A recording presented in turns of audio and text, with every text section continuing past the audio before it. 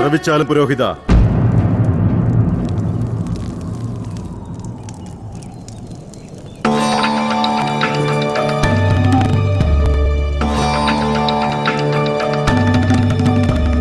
വിവാഹ ചടങ്ങുകൾ ആരംഭിക്കുന്നതിന് മുൻപായി നമ്മുടെ ചില സംശയങ്ങൾക്ക് ഉത്തരം നൽകിയാലും മഹാമുനി വേദവ്യാസ.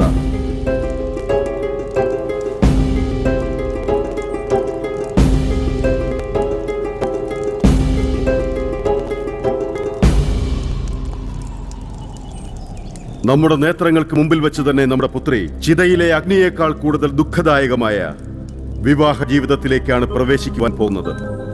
അങ്ങിതിനെ ധർമ്മമാണെന്ന് അംഗീകരിച്ചു. ഈ ലോകം ഇത് ധർമ്മമായി കരുതുന്നു. അവൾക്ക് ഈ സമർപ്പണത്തിന് പകരമായി സുഖം പ്രാപ്തമാകുന്ന ജീവിതം ഉണ്ടാകുമോ? അങ്ങ് പറയുന്നത് വാസ്തവം തന്നെയാണ് ദ്രുപദ മഹാരാജാവേ. പുത്രന്മാരെ, 7 വാഗ്ദാനങ്ങളാണ് വിവാഹത്തിന് ആധാരമായിട്ടുള്ളത്. അത് വധൂവരന്മാർ പരസ്പരം നൽകേണ്ടതാണ്. എന്നാൽ ഈ വിവാഹം ഒരു സാധാരണ വിവാഹമല്ല. ഈ വിവാഹം ധർമ്മപൂരിതമാക്കുവാനായി നിങ്ങൾ ഏവരും തന്നെ മറ്റു ചില വാഗ്ദാനങ്ങളും നൽകേണ്ടതാണ്. ഒരു സസ്യം 2 ഇടങ്ങളിൽ ഒരേ സമയം നടുവാൻ നമുക്ക് സാധിക്കുകയില്ല. ഒരു മന്ത്രിക്ക് 2 രാജാക്കന്മാരുടെ മന്ത്രിപദം ഒരുമിച്ച് അലങ്കരിക്കാൻ കഴിയില്ല. സമർപ്പണമെന്നത് ഒരേ സമയം ഒരു വ്യക്തിയോട് മാത്രമേ നമുക്ക് പ്രകടിപ്പിക്കാനാകൂ പാടുപുത്രന്മാരെ. അപ്പോൾ ഒരു കന്യകയ്ക്ക് തന്റെ 5 ഭർത്താക്കന്മാരോടും അവളുടെ കർത്തവ്യങ്ങൾ എങ്ങനെ നിർവഹിക്കാൻ കഴിയും? 5 പേർക്കുമായി ഒരാളെ സ്വയം സമർപ്പിക്കുവാനാവില്ല ഭഗവാനെ. എന്നാൽ 5 പേർക്ക് തങ്ങളെ ഒരു വ്യക്തിക്ക് മുമ്പിൽ സമർപ്പിക്കാവുന്നതാണ്.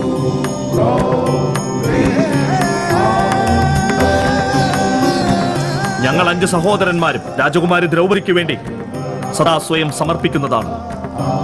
കുമാരിയുടെ നിർണയങ്ങൾ അംഗീകരിക്കുന്നതാണ്.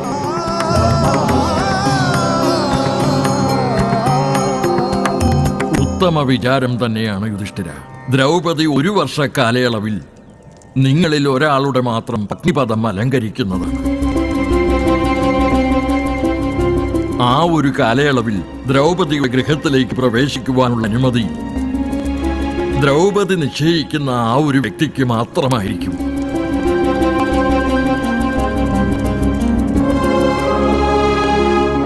ദ്രൗപദിയുടെ സൗഖ്യത്തിനായി ഈ വാഗ്ദാനം നിങ്ങൾ നൽകിയേ മതിയാകും. എന്നാൽ ബന്ധത്തിന്റെ ആധാരം സ്മരണയാണ് വ്യാസഭഗവാനെ. എങ്കിൽ 1 വർഷം കൊണ്ട് പ്രാപ്തമാക്കിയിട്ടുള്ള സുഖദുഃഖങ്ങളിൽ നിന്ന് നമ്മുടെ സഹോദരിക്ക് എങ്ങനെയാണ് മോചനം ലഭിക്കുന്നത്?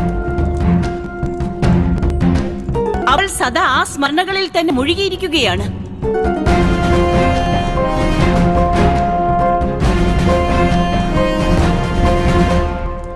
നാം എല്ലാ വർഷവും അഗ്നിയുടെ സമക്ഷം കഠിന തപസ് അനുഷ്ഠിക്കുന്നതാണ്.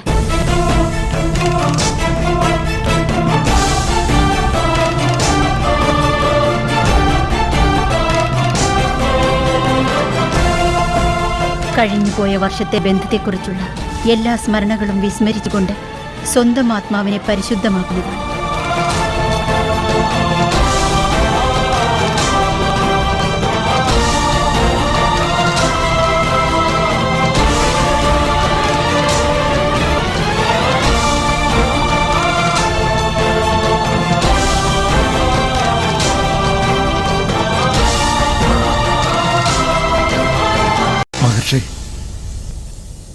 തപസ്യ രാജകുമാരി ദ്രൗപദി മാത്രമല്ല, ഞങ്ങൾ 5 സഹോദരന്മാരും അനുഷ്ഠിക്കുന്നതാണ് എല്ലാ വർഷവും. ഇത് ഞങ്ങളുടെ പ്രതിജ്ഞയാണ്.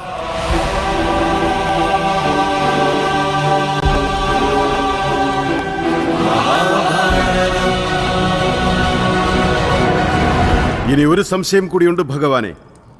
രാജകുമാരന്മാർക്ക് മറ്റനേകം കാരണങ്ങൾ കൊണ്ട് ഒന്നിലധികം വിവാഹങ്ങൾ കഴിക്കേണ്ടി വരുന്നതാണ്. ഈ പഞ്ചപാണ്ഡവന്മാർ അവരുടെ മറ്റ് പത്നിമാരെ കൂട്ടിക്കൊണ്ടുവരികയാണെങ്കിൽ നമ്മുടെ പുത്രിയുടെ അവസ്ഥ എന്തായിത്തീരും? അവൾക്ക് എല്ലാവരിലും അധികാരമുണ്ടല്ലോ ഭഗവാനെ. അവളോട് ആരും പിന്നീട് കർത്തവ്യങ്ങൾ നിർവഹിക്കുകയില്ല. ഈ ചോദ്യം നമ്മെ ഉദ്ദേശിച്ചുകൊണ്ട് മാത്രമാണ് ഭഗവാനെ. നാം മാത്രമാണ് വിവാഹിതനായിരിക്കുന്നത്. നാം വാഗ്ദാനം നൽകുകയാണ്, നമ്മുടെ പത്നിയെ നഗരത്തിനകത്തേക്ക് പോലും പ്രവേശിപ്പിക്കുകയില്ല.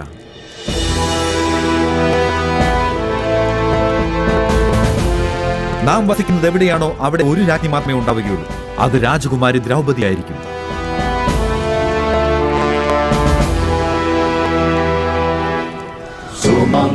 सुमङ्गलीरियं वधूरिमां समेत पश्यत् सौभाग्यस्मै दत्वाया हस्तं विपरेतन् गृह्णामि ते सौभगत्वाय हस्तं मया पत्या जरादष्टिर्यथ सः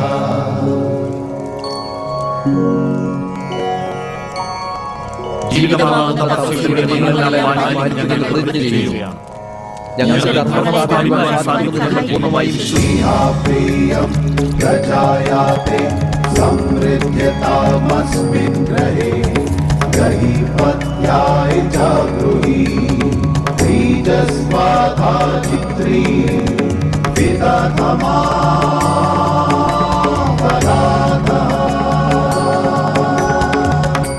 പുരോഹിത, വിവാഹകർമ്മങ്ങൾ ആരംഭിച്ചാലും.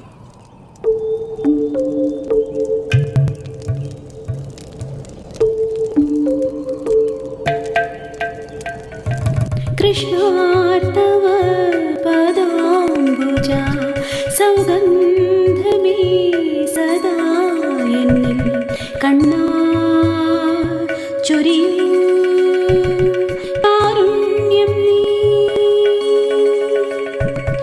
സംശുദ്ധമോ ഈ പരിണയം, സംഘർഷമോ വിധിതമോ, ഇതോ ഈ കൃഷ്ണതൻ സ്ത്രീധനം.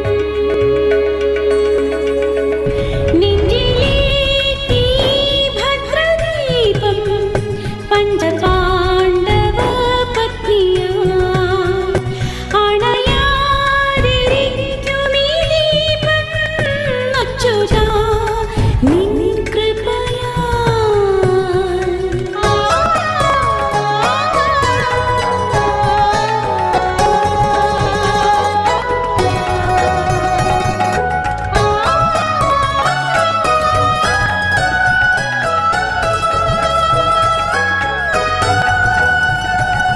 ജന്യയായി നരഗ്നികന്യയായി ഈ ധർമ്മയുദ്ധം വെല്ലുവാൻ മണ്ണിൽ മായാത്ത ഇതിഹാസമോ.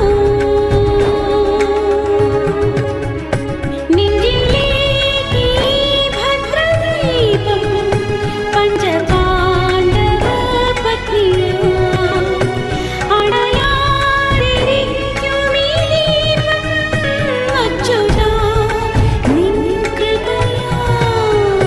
നെഞ്ചിലേറ്റി ഭദ്രദീപം പഞ്ചപാണ്ഡവ പത്നിയായി അണയാതിരിക്കുമീ ദീപം അച്യുതാ നിൻ കൃപയാൽ. നെഞ്ചിലേറ്റി ഭദ്രദീപം പഞ്ചപാണ്ഡവ പത്നിയായി അണയാതിരിക്കുമീ ദീപം അച്യുതാ നിൻ കൃപയാൽ.